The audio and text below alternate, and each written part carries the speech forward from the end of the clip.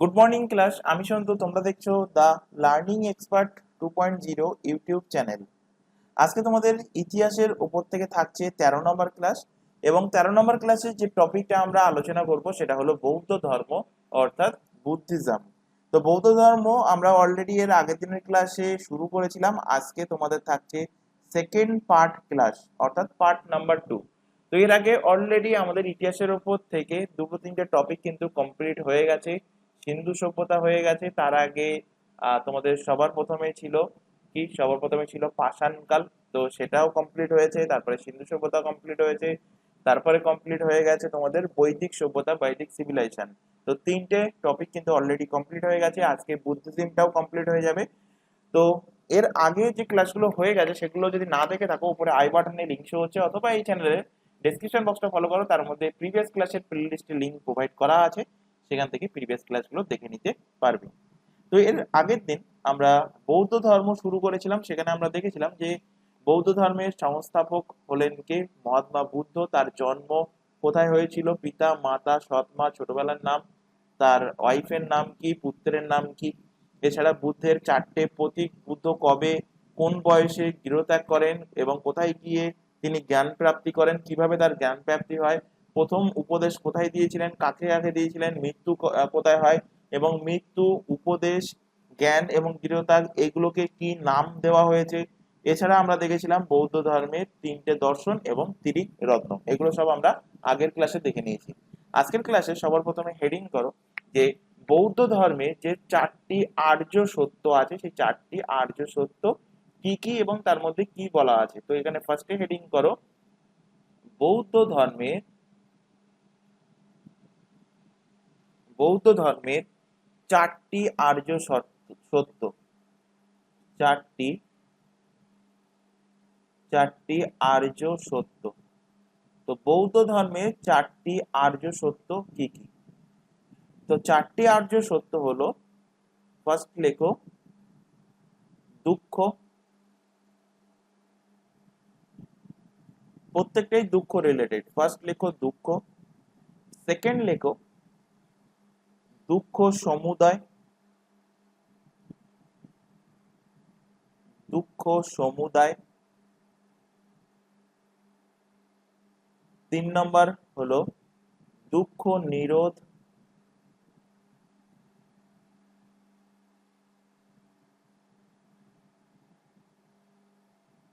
দুঃখ নিরোধ। এবং 4 নম্বর লেখো দুঃখ নিরোধ গামিনী প্রতিপদা, দুঃখ নিরোধ গামিনী প্রতিপদা।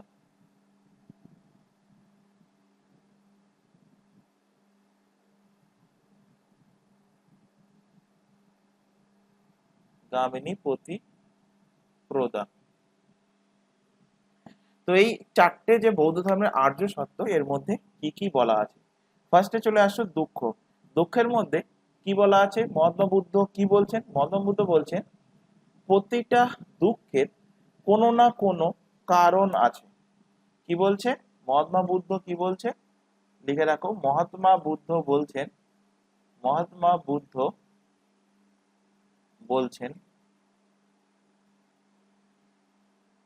কি বলছেন? প্রতিটা দুঃখের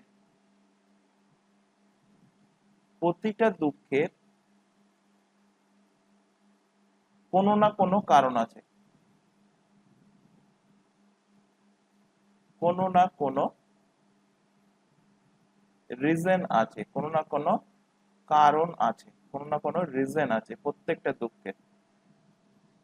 সেকেন্ডলি মহাত্মা বুদ্ধ কি বলছেন? বলছেন দুঃখ সমুদায়।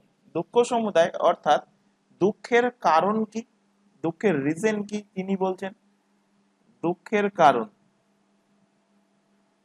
দুঃখের কারণ কি কি? দুঃখের কারণ, দুঃখের কারণ 3টি বলছেন। ফার্স্ট, দুঃখের কারণ হলো লালসা, লালসা। সেকেন্ডলি বলছেন, একেই বলছেন ইচ্ছা বা তৃষ্ণা, তৃষ্ণা। দুঃখের কারণ কি কি বলছেন? লালসা, কোনো কিছু পাওয়ার লালসা, বা নিজের মনে কোনো কিছু ইচ্ছা বা কোনো তৃষ্ণা ইত্যাদি হলো দুঃখের কারণ। 3 নম্বরে তিনি বলছেন দুঃখ নিরোধ, অর্থাৎ অর্থাৎ এই দুঃখকে অর্থাৎ এই যে দুঃখকে নিয়ন্ত্রণ বা থামানোর উপায়। দুঃখকে কি বলছেন তিনি? নিয়ন্ত্রণ করা, কন্ট্রোল করা। দুঃখকে নিয়ন্ত্রণ নিয়ন্ত্রণ অর্থাৎ থামানোর উপায়। নিয়ন্ত্রণ অর্থাৎ থামানোর উপায়। এবং 4 নম্বরে তিনি বলছেন দুঃখকে দূর করার রাস্তা। দুঃখ নিরোধ গামিনী প্রতিপদা, এর অর্থ কি? অর্থাৎ দুঃখকে দূর করার রাস্তা। দুঃখকে দুঃখকে দূর করার রাস্তা, হটিয়ে দেওয়ার রাস্তা, দূর করার রাস্তা। তাহলে বৌদ্ধ ধর্মের 4টি আর্য সত্য কি কি? দুঃখ, দুঃখ সমুদায়, দুঃখের কারণ, দুঃখ নিরোধ অর্থাৎ দুঃখকে নিয়ন্ত্রণ করা বা থামানোর উপায়, এবং দুঃখ নিরোধ গামিনী প্রতিপদা অর্থাৎ দুঃখকে দূর করার রাস্তা। এই 4টে হলো কি বৌদ্ধ ধর্মের 4টি আর্য সত্য। তো মহাত্মা বুদ্ধ এই যে এই দুঃখকে দূর করার জন্য তিনি আরো 8টি পথের কথা বলেছেন, যাকে বলা হয় কি? বলা হয় অষ্টাঙ্গিক মার্গ। এখানে নেক্সট পেজে লেখো মহাত্মা বুদ্ধ দুঃখকে দূরীভূত করার জন্য দুঃখকে দূরীভূত করার জন্য 8টা পথের কথা বলেছেন, যেটি অষ্টাঙ্গিক মার্গ নামে পরিচিত। কি নামে পরিচিত? অষ্টাঙ্গিক মার্গ।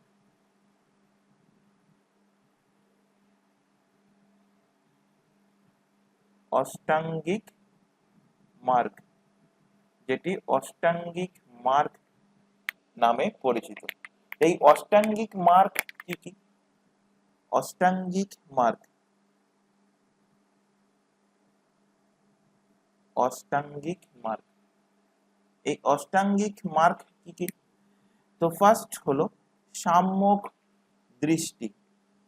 ফার্স্ট লেখো কি? সাম্যক দৃষ্টি। অষ্টাঙ্গিক মার্গ থেকে এক্সামে কোশ্চেন দেয় যে এর মধ্যে কোনটি অষ্টাঙ্গিক মার্গ নয়, তো প্রত্যেকটা কিন্তু মনে রাখতে হবে। অষ্টাঙ্গিক মার্গ কি? ফার্স্ট লেখো সাম্যক দৃষ্টি। সেকেন্ড হলো সাম্যক সংকল্প। সাম্যক সাম্যক সংকল্প। 3 নম্বর লেখো সাম্যক বাক্য। সাম্যক বাক্য। সাম্যকের অর্থাৎ লিখতে পারো সঠিক, সঠিক দৃষ্টি, সঠিক সংকল্প, সঠিক বাক্য। ইংলিশে যারা লিখছো লিখতে পারো রাইট রাইট স্পিচ, সঠিক বাক্য, রাইট স্পিচ। 4 নম্বর লেখো সাম্যক কর্ম। সাম্যক কর্ম অর্থাৎ right action. Right right action. Right action. 5 নম্বর লেখো সাম্যক বা সঠিক লিখতে পারো সঠিক জীবিকা। সঠিক জীবিকা অর্থাৎ রাইট লাইভহুড। Right livelihood. 6 নম্বর লেখো সঠিক স্মৃতি। সঠিক সঠিক স্মৃতি অর্থাৎ রাইট মেমোরি। Right memory. 7 নম্বর লেখো সঠিক বা সাম্যক ব্যায়াম। সাম্যক সাম্যক ব্যায়াম। সাম্যক ব্যায়াম অর্থাৎ রাইট এক্সারসাইজ। Right exercise. এবং 8 নম্বর লেখো যে সাম্যক সমাধি। সাম্যক সমাধি। সাম্যক সমাধি। তাহলে বৌদ্ধ ধর্মের অষ্টাঙ্গিক মার্গ কি? অষ্টাঙ্গিক মার্গ হলো যে সাম্যক দৃষ্টি, অর্থাৎ সঠিক দৃষ্টি, সঠিক সংকল্প, সঠিক বাক্য, সঠিক কর্ম, সঠিক জীবিকা, সঠিক স্মৃতি, ব্যায়াম এবং সঠিক কি সমাধি। এই আটটি হলো কি? এই আটটি হলো মহাত্মা বুদ্ধের দ্বারা দেওয়া দুঃখকে দূরীভূত করার অষ্টাঙ্গিক মার্গ। নেক্সট লিখে রাখো। আচ্ছা, তার আগে এখানে একটা ছোট ইনফরমেশন তোমাদের সামনে প্রোভাইড করার আছে। তোমরা এখন যে ক্লাসটা দেখছো সেটা RRB NTPC 2024 brilliant mains special history class. এছাড়া আদার্স যে এক্সামের নামগুলো দেখতে পাচ্ছ, পিএসসি ক্লার্কশিপ, পুলিশের যাবতীয় এক্সাম, এসএসসির যাবতীয় এক্সাম, প্রতিটা এক্সামের জন্য আমাদের দুটো ইউটিউব চ্যানেল মিলিয়ে সম্পূর্ণ ফ্রিতে সিলেবাস ওয়াইজ কিন্তু লাইভ ক্লাস প্রোভাইড করা হচ্ছে। লাইভ ক্লাস অ্যাটেন্ড না করতে পারলে ক্লাস থেকে যায় রেকর্ডেড ফরম্যাটে। সুতরাং রেকর্ডেড হিসেবে ক্লাসগুলো তোমরা তোমাদের টাইম মতো দেখে নিতে পারবে। তবে প্রত্যেকের কাছে একটা ছোট্ট রিকোয়েস্ট থাকছে, কেউ এই চ্যানেলের কোনো ক্লাসকে ডাউনলোড করে দেখবে না, এটা আমাদের তরফ থেকে তোমাদের কাছে একটা ছোট রিকোয়েস্ট থাকছে। আর এই প্রত্যেকটা এক্সামের জন্য আমাদের আলাদা আলাদা হোয়াটসঅ্যাপ ব্যাচ ওপেন করা আছে। হোয়াটসঅ্যাপ ব্যাচ যুক্ত হতে চাইলে কি করতে হবে? নিচে যে হোয়াটসঅ্যাপ নাম্বারটা দেখতে পাচ্ছ সেই নাম্বারে শুধুমাত্র হোয়াটসঅ্যাপে মেসেজ করে ইনফর্ম করবে, এবং হোয়াটসঅ্যাপে যুক্ত হওয়ার একটাই বেনিফিট, সেখান থেকে রুটিন পেয়ে যাবে, ক্লাসের লিঙ্ক পেয়ে যাবে, এক্সাম ওরিয়েন্টেড যাবতীয় গুরুত্বপূর্ণ ইনফরমেশন তোমরা সেখান থেকে পেয়ে যাবে। তো হোয়াটসঅ্যাপেই শুধুমাত্র মেসেজ করে আমাদেরকে ইনফর্ম করবে, কেউ এই নাম্বারে নর্মাল কল ভিডিও কল করবে না যে তোমরা কোন ব্যাচে অ্যাড হতে চাও, সেটা শুধুমাত্র হোয়াটসঅ্যাপে মেসেজ করবে। আর অন্য কোনো যদি কোয়ারিজ তোমাদের মনের মধ্যে থাকে কোনো কিছু জিজ্ঞাসা যদি থেকে থাকে, সেটাও তোমরা শুধুমাত্র হোয়াটসঅ্যাপের মাধ্যমেই কিন্তু জিজ্ঞাসা করবে। হোয়াটসঅ্যাপে মেসেজ করেই শুধুমাত্র জিজ্ঞাসা করবে, তোমাদের সেখান থেকে প্রপার যারা যাদের মনের মধ্যে কোনো জিজ্ঞাসা থাকে তো প্রপার তোমাদের সেই কোয়ারিজটা সলভ করা হবে। অথবা যারা ব্যাচে যুক্ত হতে চাও তাদের সেখান থেকে কিন্তু প্রপার গাইডেন্স প্রোভাইড করা হবে এবং ব্যাচে যুক্ত করে নেওয়া হবে। এছাড়া এখানে তোমরা আর একটা ইনফরমেশন দেবো তোমাদের। এখানে তোমরা যেটা দেখছো যে চ্যানেলের নামটা, চ্যানেলের নাম হলো দা লার্নিং এক্সপার্ট 2.0। এই চ্যানেলেই তোমরা এখন ক্লাসটা করছো। তো এই চ্যানেলেই তোমরা পেয়ে যাবে জিকে জিএস এর class, current affairs, reasoning and ইংলিশের ক্লাস সম্পূর্ণ ফ্রিতে। এর পাশাপাশি আরআরবি এনটিপিসি স্পেশাল যে ম্যাথের ক্লাসটা সেটাও কিন্তু প্রোভাইড করা হচ্ছে তোমাদের এই চ্যানেলে। এটা বাদ দিয়ে বাকি সমস্ত এক্সামের জন্য ম্যাথের ক্লাস তোমাদের প্রোভাইড করা হচ্ছে আমাদের নতুন channel maths by Santu sir YouTube channel. তো চ্যানেলটা যেহেতু নতুন, আমাদের এই ক্লাসের ডেসক্রিপশন বক্সের মধ্যে চ্যানেলের লিংক দেওয়া আছে, সেটার উপর ক্লিক করলে আমাদের নতুন চ্যানেল থেকে ভিজিট করে আসতে পারবে এবং চ্যানেল দুটোকে সাবস্ক্রাইব করে নাও। রেগুলার বেসিসে চ্যানেল দুটোতে ক্লাস চলছে। সাবস্ক্রাইবের পাশাপাশি বেল আইকনকেও অল নোটিফিকেশনে সেট করে নাও এবং রেগুলার বেসিসে চ্যানেল দুটো ক্লাস চলছে, রেগুলার বেসিসে চ্যানেল দুটো থেকে ক্লাসগুলো করতে থাকো। নেক্সট এখান থেকে হেডিং করো যে দীর্ঘ দেহে বুদ্ধের 10টি সিলের নিয়ম ব্যাখ্যা করা হয়েছে। সেই 10টা সিলের নিয়ম কি কি? তো এখান থেকে লেখো যে দীর্ঘ দেহে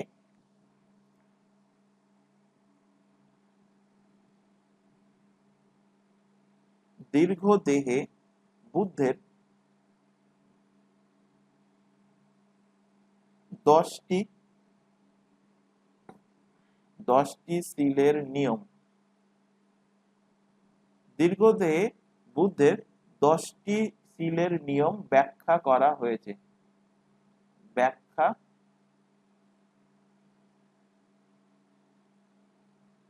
ব্যাখ্যা করা হয়েছে। তো সেই 10টা সিলের নিয়ম কি কি? ফার্স্ট লেখো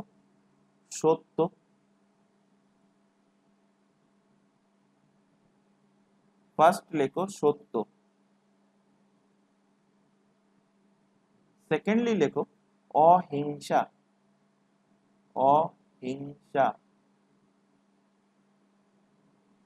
থার্ডলি লেখো অসতেয়।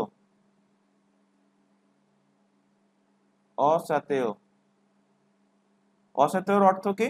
চুরি না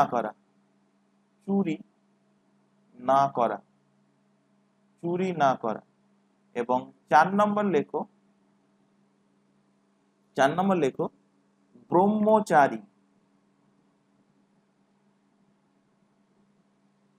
ব্রহ্মচারী। এবং 5 নম্বর লেখো এখান থেকে মদ পান না করা মানে মাদক দ্রব্য সেবন না করা। মাদক দ্রব্য, মাদক দ্রব্যের মধ্যে শুধুমাত্র মদ নয়, যে সমস্ত নেশার দ্রব্য আছে সবকিছুই এর মধ্যে ইনক্লুডেড। মাদক দ্রব্য সেবন না করা, মাদক দ্রব্য সেবন না করা। এই যে পাঁচটি বললাম 10টা সিলের মধ্যে 5টা নিয়ম যে ফার্স্টে লিখলাম, এই 5টি নিয়ম লিখে রাখতে পারো। এই 5টি নিয়ম ছিল গৃহস্থ অনুগামীদের জন্য। এই 5টি নিয়ম ছিল, এই পাঁচটি নিয়ম গৃহস্থ অনুগামীদের জন্য, গৃহস্থ অনুগামীদের জন্য।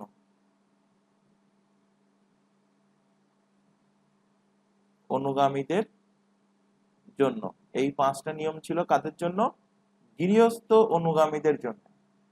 এছাড়া আর বাকি যে 5টা নিয়ম সেগুলো আগে দেখে নি। তো 6 নম্বর দিয়ে লেখো, 6 নম্বর লেখো অসময়ে ভোজন না করা। অসময়ে ভোজন না করা, অসময়ে ভোজন না করা। 7 নম্বর লেখো নরম বিছানা ত্যাগ করা, বা বলতে পারো কোমল বিছানা, কোমল অর্থাৎ নরম, এই নরম বিছানা ত্যাগ করতে হবে।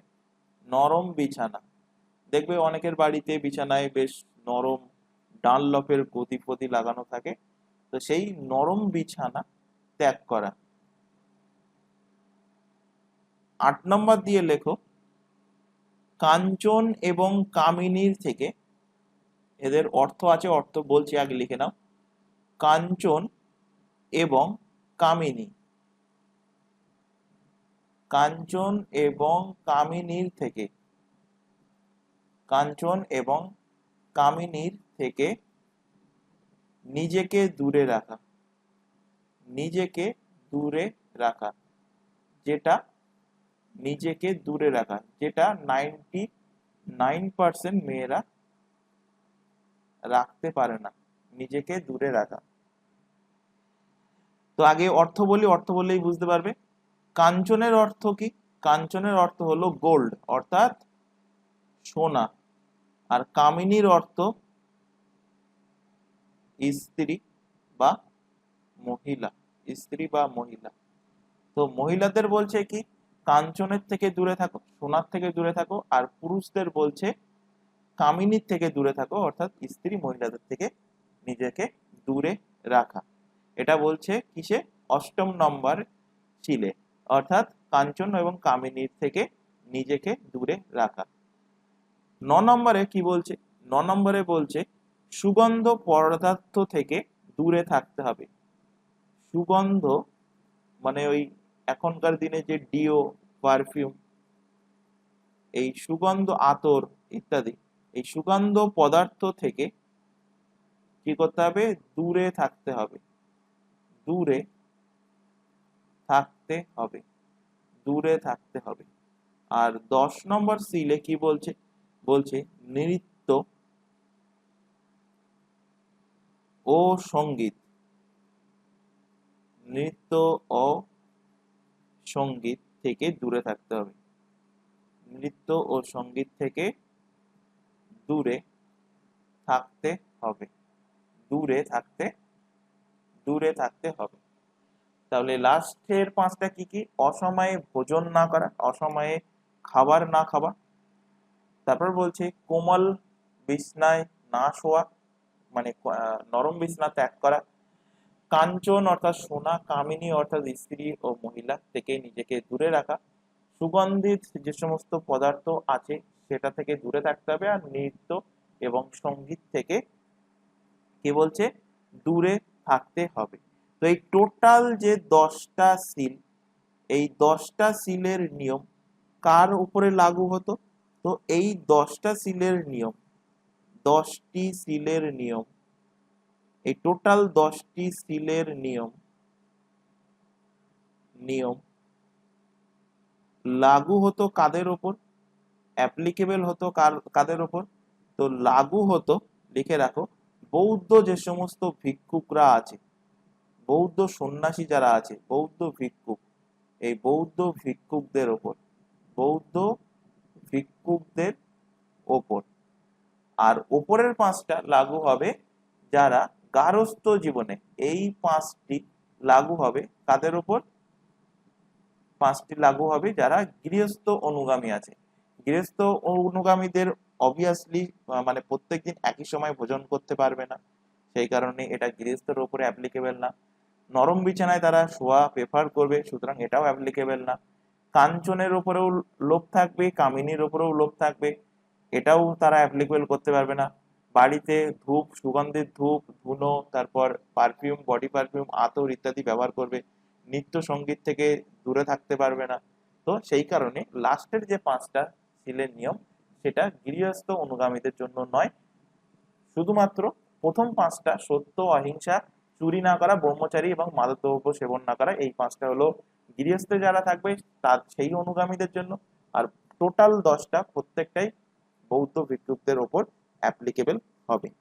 নেক্সট এবার চলে আসবো সব থেকে ইম্পর্টেন্ট, বহুবার এক্সামে কোশ্চেন দিয়েছে, হেডিং করো এখানে, প্রমুখ বৌদ্ধ সঙ্গীতের আয়োজন। প্রমুখ বৌদ্ধ সঙ্গীতের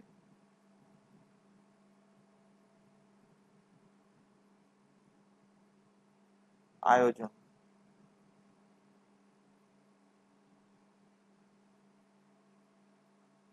প্রমুখ বৌদ্ধ সঙ্গীতের আয়োজন, প্রমুখ বৌদ্ধ সঙ্গীতের আয়োজন।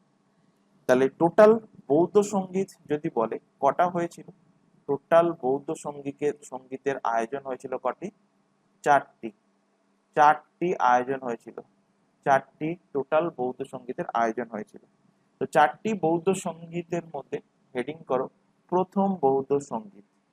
ভেরি ভেরি ইম্পর্টেন্ট, প্রত্যেকটাই ভেরি ভেরি ইম্পর্টেন্ট। লেখো প্রথম বৌদ্ধ সঙ্গীত, প্রথম বৌদ্ধ সঙ্গীত। এগুলো একসাথে এখানে এক জায়গায় লিখে দিচ্ছি। আবার যখন নির্দিষ্ট রাজবংশ আসবে এবং সেই রাজবংশ মানে যে রাজবংশের এই বৌদ্ধ সঙ্গীতগুলো আয়োজন হয়েছিল, যখন আসবে যে সেই রাজার নাম যখন আসবে, সেখানে আরো আরেকবার করে বলে দেওয়া হবে। তো এখান থেকে সবার প্রথমে তিনটে জিনিস হেডিং করো।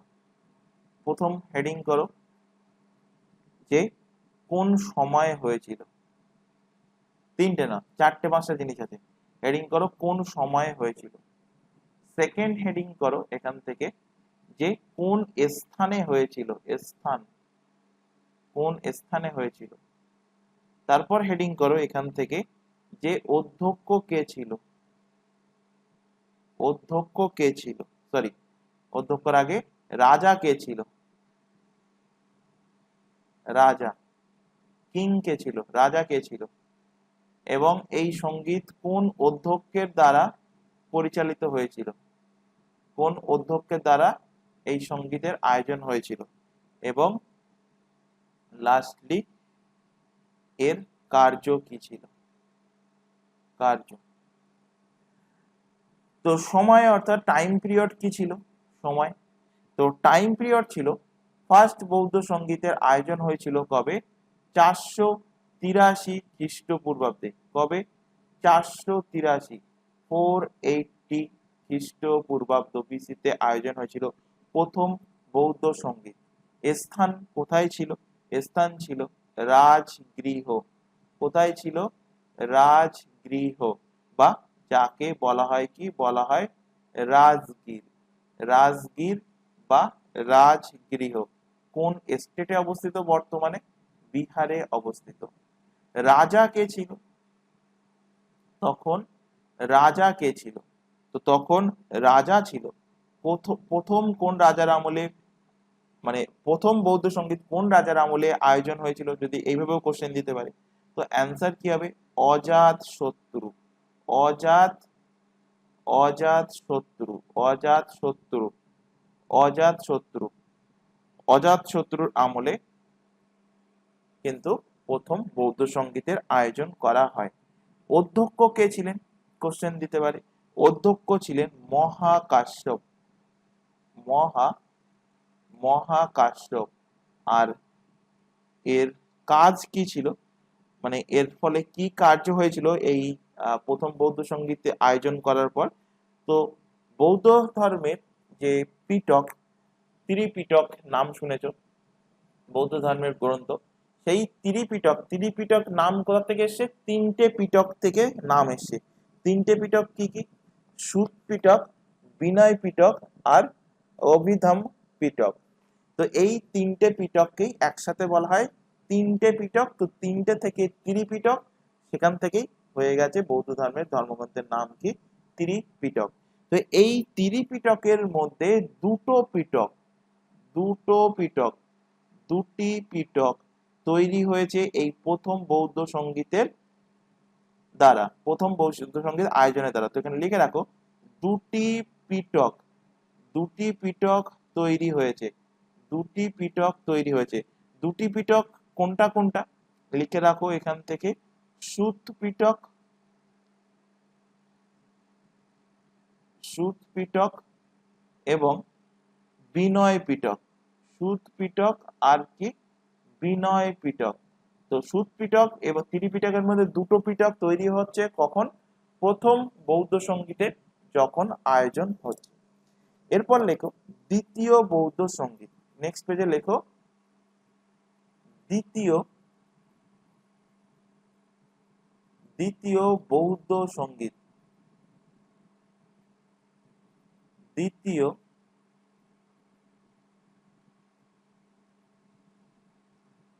দ্বিতীয় বৌদ্ধ সঙ্গীত। দ্বিতীয় বৌদ্ধ সঙ্গীত। তো এই দ্বিতীয় বৌদ্ধ সঙ্গীত থেকে ওই সেম জিনিস এখান থেকে হেডিং করো, যে দ্বিতীয় বৌদ্ধ সঙ্গীতের সময়, টাইম পিরিয়ড ছিল কত সাল। সেকেন্ডলি হেডিং করো কোথায় হয়েছিল, স্থান। 3 নম্বর হেডিং করো এখান থেকে রাজা কে ছিল, রাজা। 4 নম্বর ওই একই অধ্যক্ষ কে ছিল, অধ্যক্ষ কে ছিল। এবং লাস্টলি হেডিং করো যে এই বৌদ্ধ সঙ্গীতে কি কাজ হয়েছিল বৌদ্ধ সঙ্গীতের দ্বারা। তো টাইম ছিল ঠিক এর 100 বছর পর, প্রথম বৌদ্ধ সঙ্গীতের ঠিক 100 বছর পর। প্রথম বৌদ্ধ সঙ্গীত হয়েছিল 483।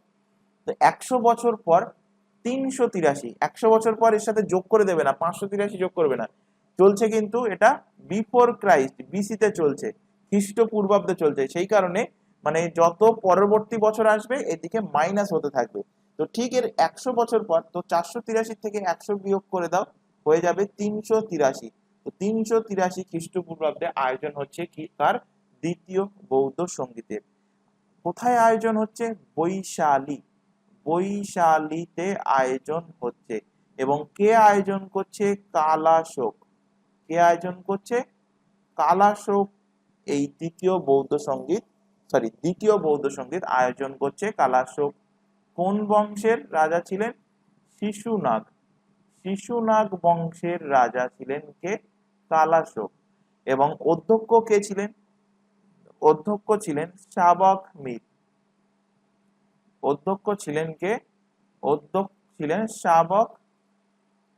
শাবক মীর।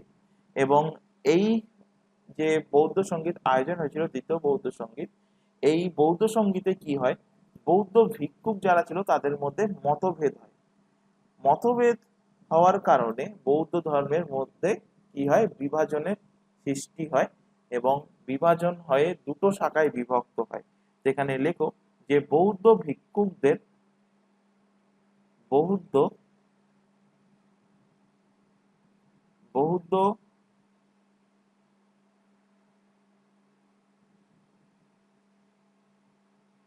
বৌদ্ধ ভিক্ষুকদের মতভেদের কারণে বৌদ্ধ ভিক্ষুকদের মতভেদের কারণে বৌদ্ধ ধর্মে বিভাজন হয়।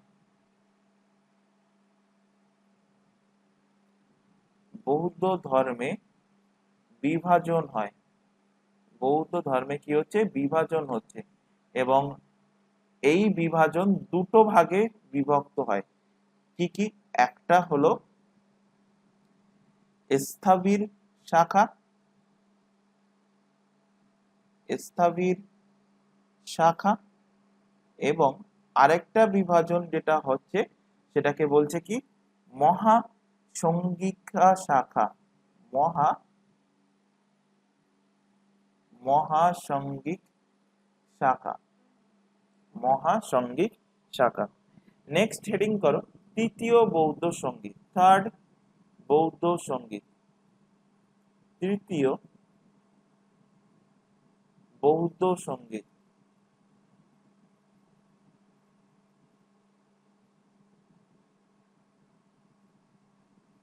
তৃতীয় বৌদ্ধ সঙ্গীত, তৃতীয় বৌদ্ধ সঙ্গীতের সময়কাল কি ছিল?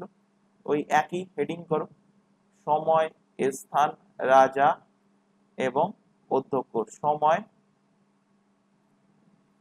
স্থান, রাজা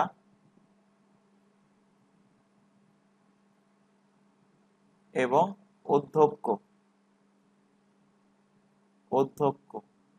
এবং এখানে কাজ কি হয়েছিল? কার্য, কার্য। তো টাইম কি ছিল?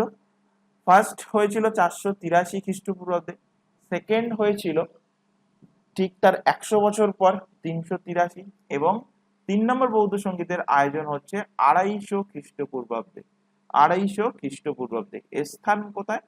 বিহারের পাটলিপুত্র, যার বর্তমান নাম পাটলিপুত্র নাম চেঞ্জ হয়েছে কি হয়েছে পাটনা, বিহারের রাজধানী পাটনা।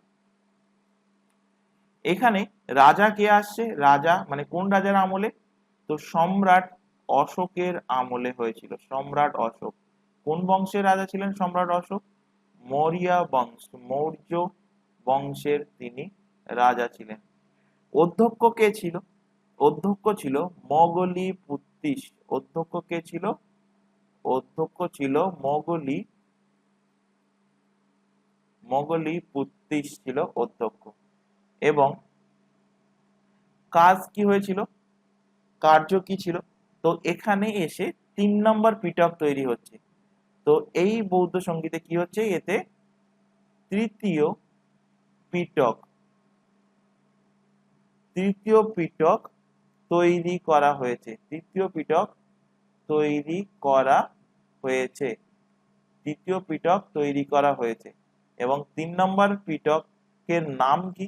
তৃতীয় পিটকের নাম কি? কোন পিটকটা তৈরি করা হয়েছে? তো এখানে লিখে রাখো অভিধম্ম পিটক, অভিধম্ম পিটক, অভিধম্ম,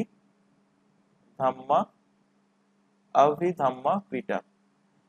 তাহলে বৌদ্ধ ধর্মের ত্রিপিটক, 3টে পিটক কি কি? এক্ষুনি ফার্স্টে বললাম সুত পিটক, বিনয় পিটক, এবং তৃতীয় বৌদ্ধ সঙ্গীতে তৈরি হচ্ছে অভিধম্ম পিটক। এই 3টে পিটক বৌদ্ধ ধর্মে 3টে পিটক নামে পরিচিত, ত্রিপিটক নামে পরিচিত। আচ্ছা, পিটকের ব্যাপারে আসলো যখন, আমি এখানে মিডিলে একটুখানি ডিসকাস করে দিই চতুর্থ বৌদ্ধ সঙ্গীতের আগে, কারণ মোস্ট ইম্পর্টেন্ট। এখানে লেখো যে বৌদ্ধ ধর্মের গ্রন্থ, বৌদ্ধ ধর্মের গ্রন্থের নাম কি? গ্রন্থের নাম, বৌদ্ধ ধর্মের গ্রন্থের নাম কি? লিখে রাখো এখান থেকে, বৌদ্ধ ধর্মের গ্রন্থের নাম কি? লিখে রাখো ত্রিপিটক। বৌদ্ধ ধর্মের গ্রন্থের নাম কি? এখান থেকে লিখে রাখো ত্রিপিটক, ত্রিপিটক। বৌদ্ধ ধর্মের গ্রন্থ কোনটি? যদি কোশ্চেন দেয় অ্যান্সার কি লিখবে?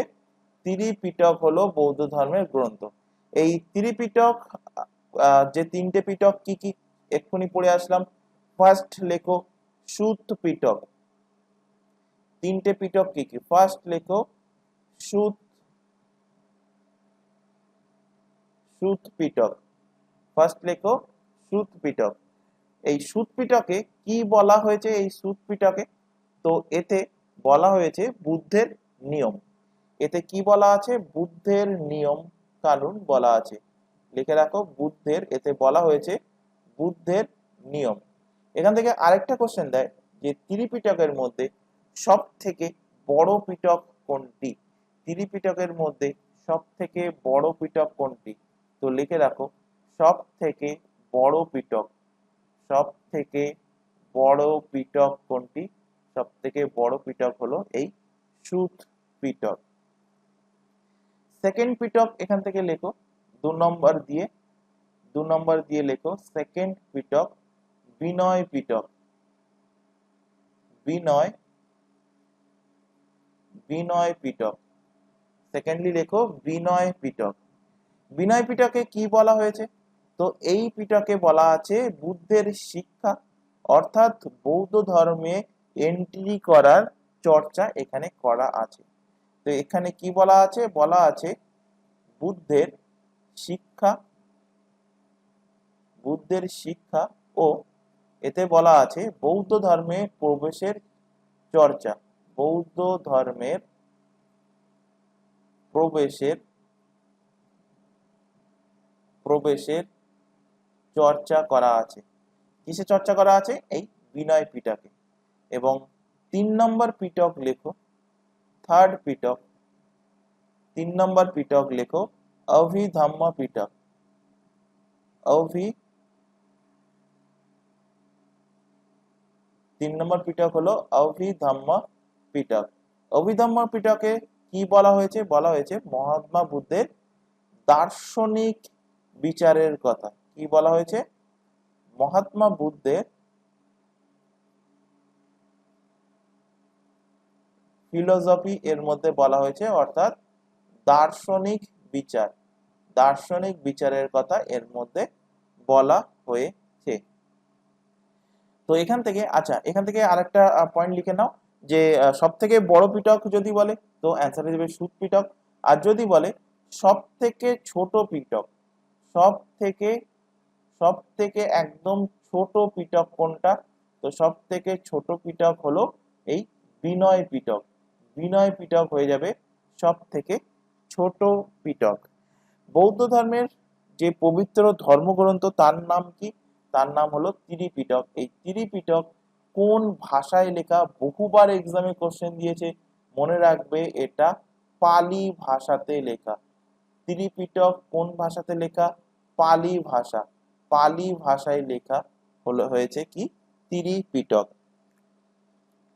নেক্সট চলে আসো যে বৌদ্ধ সঙ্গীত আলোচনা করছিলাম, চতুর্থ বৌদ্ধ সঙ্গীত। হেডিং করো এখানে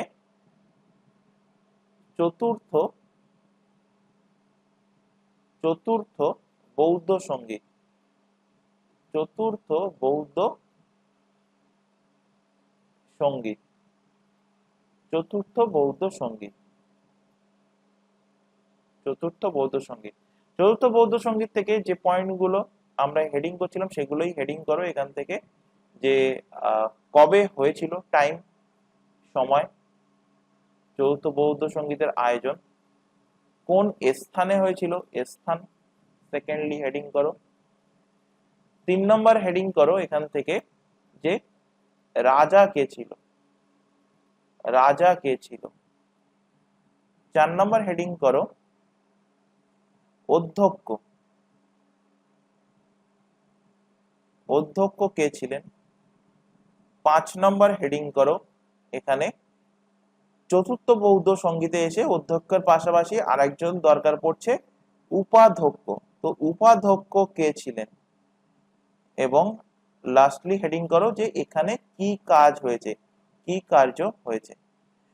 তো টাইম পিরিয়ড কি ছিল? এর আগে যে 3টে বৌদ্ধ সঙ্গীত, সেই 3টে বৌদ্ধ সঙ্গীত কিন্তু আয়োজন হয়েছিল খ্রিস্টপূর্বাব্দে। একমাত্র একটা বৌদ্ধ সঙ্গীত যেটা খ্রিস্টপূর্বাব্দে আয়োজন হয়নি, সেটা হয়ে যাবে চতুর্থ বৌদ্ধ সঙ্গীত। তো কোশ্চেন লেভেল যদি হার্ড করে এইভাবে দেবে যে এর মধ্যে কোন বৌদ্ধ সঙ্গীত খ্রিস্টপূর্বাব্দে আয়োজিত হয়নি।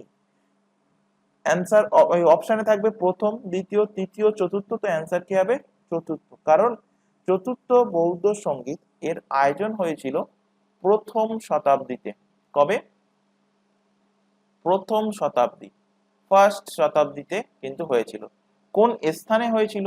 তো এটা হয়েছিল জম্মু কাশ্মীরের কুন্ডাল বন, জায়গার নাম মনে রাখবে কুন্ডাল বন, কোথায় অবস্থিত? জম্মু কাশ্মীরে। তো জম্মু কাশ্মীরের কুন্ডাল বনে আয়োজন হয়েছিল কি চতুর্থ বৌদ্ধ সঙ্গীতের। এবং সেই টাইম পিরিয়ডে রাজা কে ছিল জম্মু কাশ্মীরের ওই মানে ওই পার্টিকুলার এরিয়াতে? রাজা ছিল কনিষ্ক, কুষাণ বংশের রাজা কে ছিল? কনিষ্ক। কোন বংশের রাজা? কুষাণ বংশ। কুষাণ বংশের রাজা কনিষ্ক ছিল সেই টাইমে রাজা। অধ্যক্ষ উপাধ্যক্ষ মোস্ট ইম্পর্টেন্ট হয়ে যাচ্ছে। অধ্যক্ষকে, অধ্যক্ষ হলো বসু মিত্র, বসু মিত্র। উপাধ্যক্ষ হলেন অশ্ব ঘোষ, অশ্ব ঘোষ, অশ্ব ঘোষ হলেন কে? উপাধ্যক্ষ। এবং এই যে চতুর্থ বৌদ্ধ সঙ্গীত, এই চতুর্থ বৌদ্ধ সঙ্গীতের কি কাজ হয়েছিল চতুর্থ বৌদ্ধ সঙ্গীতে?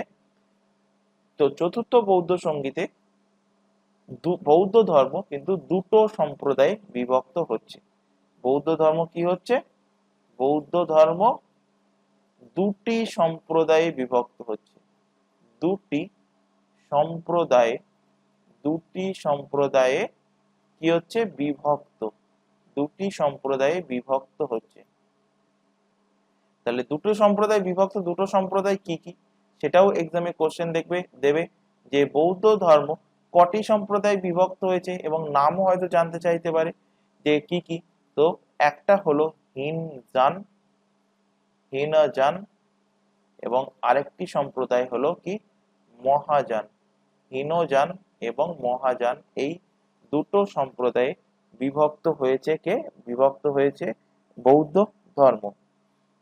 তো এই হীনযান এবং মহাযান, নেক্সট পেজে এখানে হেডিং করো হীনযান এবং মহাযান, এবং এদের উপর থেকে কিছু ডিটেলসে ডিসকাস করব। এখানে লেফট সাইডে লেখো হীনযান,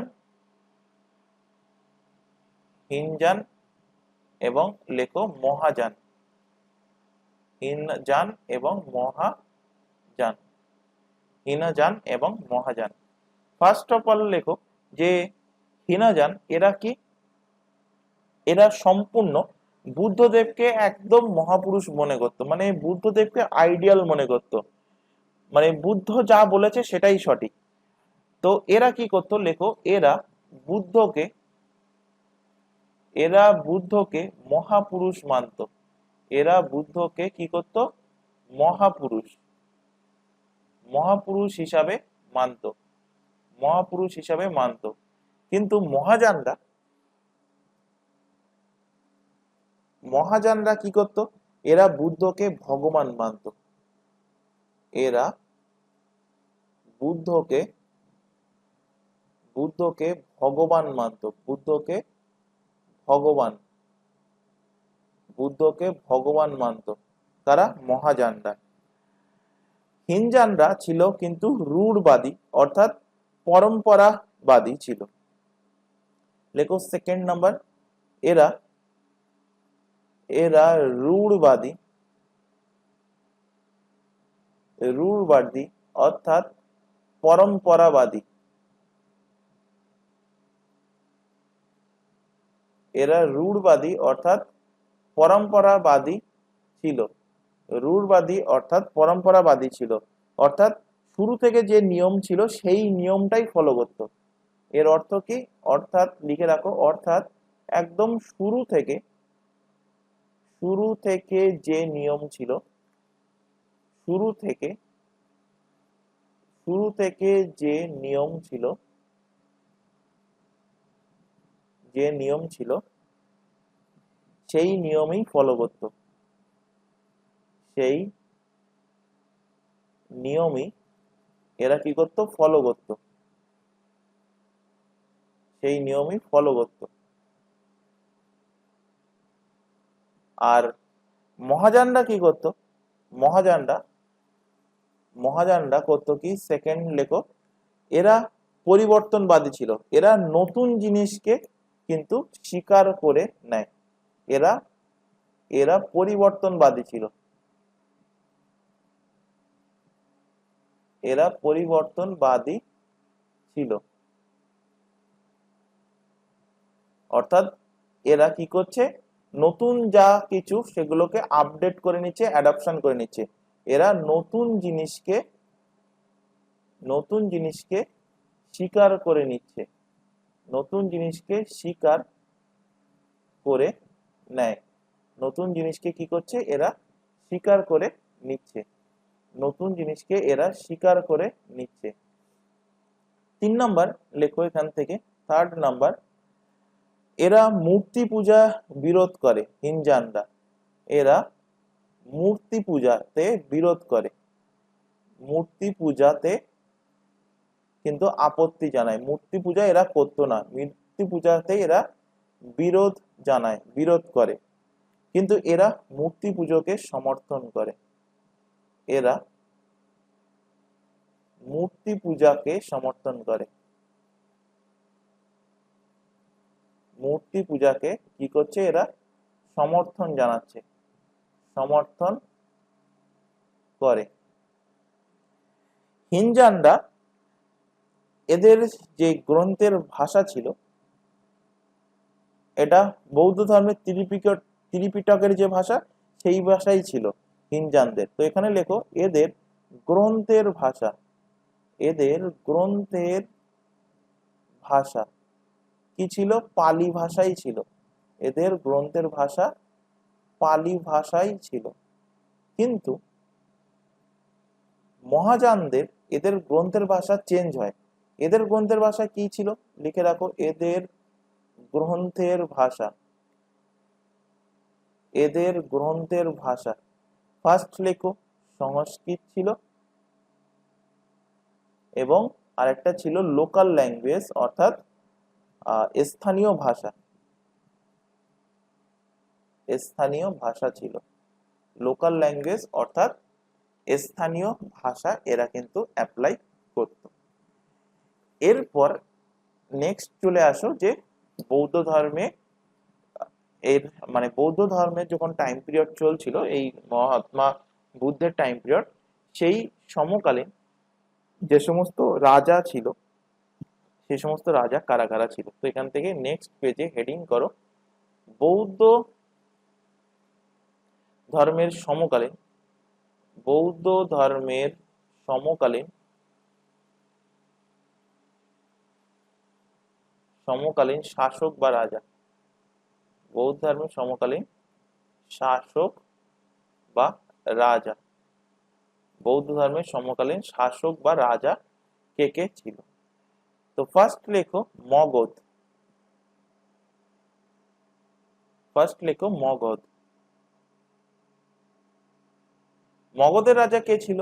মগধের থেকে দুটো আলাদা করো। মগধের রাজা ছিল বিম্বিসার। প্রথমে বিম্বিসার, বিম্বিসার, বিম্বিসার কোন বংশের রাজা ছিল? হর্যঙ্ক বংশের, হর্যঙ্ক বংশের রাজা, হর্যঙ্ক বংশের রাজা ছিল। এবং এর বিম্বিসারের পরে চলে আসে সেকেন্ডলি অজাতশত্রু, অজাতশত্রু, অজাতশত্রু, এবং অজাতশত্রু হর্যঙ্ক বংশের রাজা ছিলেন। এরপর লেখো এখান থেকে কৌশল, কৌশল, কৌশলের রাজা কে ছিলেন? কৌশলের রাজা ছিলেন প্রসেনজিৎ। কৌশলের রাজা কে ছিলেন? কৌশলের রাজা ছিলেন প্রসেনজিৎ। 3 নম্বর দিয়ে লেখো বৎস, বৎসের রাজা কে ছিলেন?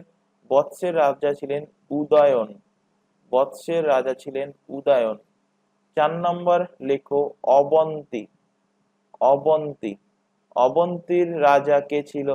অবন্তীর রাজা ছিল মহাকচ্চায়ন, মহাকচ্চায়ন। 5 নম্বর লেখো শাক্য, ইম্পর্টেন্ট গুলোই লেখাচ্ছি এখানে। শাক্য, শাক্যের রাজা ছিল কে? ভদ্রিক, ভদ্রিক। আর আরেকটা লেখো এখান থেকে 6 নম্বর দিয়ে শূরসেন, শূরসেন। শূরসেনের কিং কে ছিল? রাজা ছিল অবন্তীপুত্র, অবন্তী পুত্র। তো এইগুলো ছিল বৌদ্ধ ধর্মের সমকালীন, এরা সমসাময়িক কি রাজা। এরপর পরবর্তীকালে বৌদ্ধ ধর্ম দুটো ভাগে ভাগ হয় বললাম। কখন বৌদ্ধ ধর্ম দুটো ভাগে ভাগ হয়? চতুর্থ বৌদ্ধ সংগীতে এসে। কি কি ভাগে ভাগ হয়? হিনজান এবং মহাযান। তো এখানে লেখো লাস্ট পেজে, বৌদ্ধ ধর্ম, বৌদ্ধ ধর্ম, বৌদ্ধ ধর্ম ডিভাইড হচ্ছে কটা ভাগে? দুটো ভাগে ডিভাইড হচ্ছে। বৌদ্ধ ধর্ম ডিভাইড হচ্ছে কটা ভাগে? দুটো ভাগে। হিনজান